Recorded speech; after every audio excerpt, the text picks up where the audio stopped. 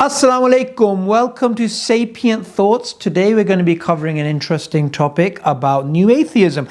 Now, New Atheism as a movement through its various figureheads, it's trying to propagate this idea that science does away with God, and one of the weapons it actually uses is contemporary evolutionary theory. Now, if you pick up a popular book like The God Delusion, and the central argument in The God Delusion is what? It's essentially based on Darwinism, that Darwinism does away with design and therefore does away with the probability of God's existence. However, there's an interesting question that we should ask. Would Darwin have agreed with the God Delusion? Would Darwin have agreed that Darwinism does away with God? Would he have agreed with this atheistic understanding of his theory? Well, firstly, let's unpack what the new atheists have been trying to push. And their narrative has been very simple. Their narrative has been science is discovering truth about the world, and as it's discovering truth about the world, our understanding is being enhanced, and we therefore have less reasons to actually believe in God. And Darwinian evolution is incompatible with the belief in a creator. These are mutually exclusive. However, did Darwin actually believe this? He didn't at all.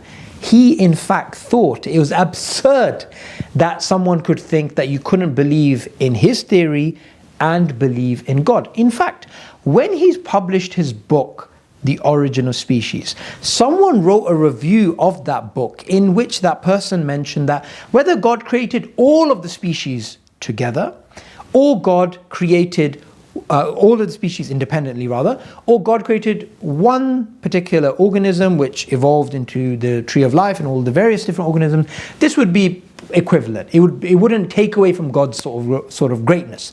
Darwin was so impressed by those words, he actually put them in his second edition of The Origin of Species. There's a book written by Nick Spencer, Darwin and God, in which he actually challenges this narrative that Darwin was writing atheistically, that Darwin actually believed his theory was incompatible with God. And interestingly, what we find about Darwin is that when Darwin published The Origin of Species in 1859, a year prior, when he published this with the Royal Society and even his later works, he was a deist. He believed in God.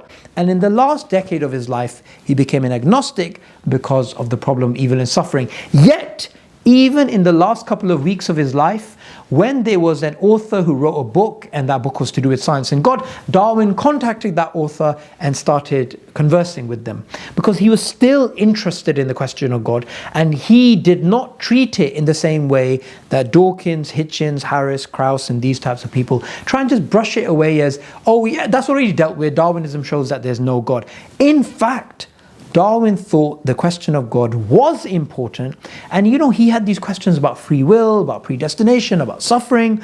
So this new atheist narrative would have been alien to him. So it's not just a case of science against God and Darwinism against God and all of the biological community on one end and theists on the other.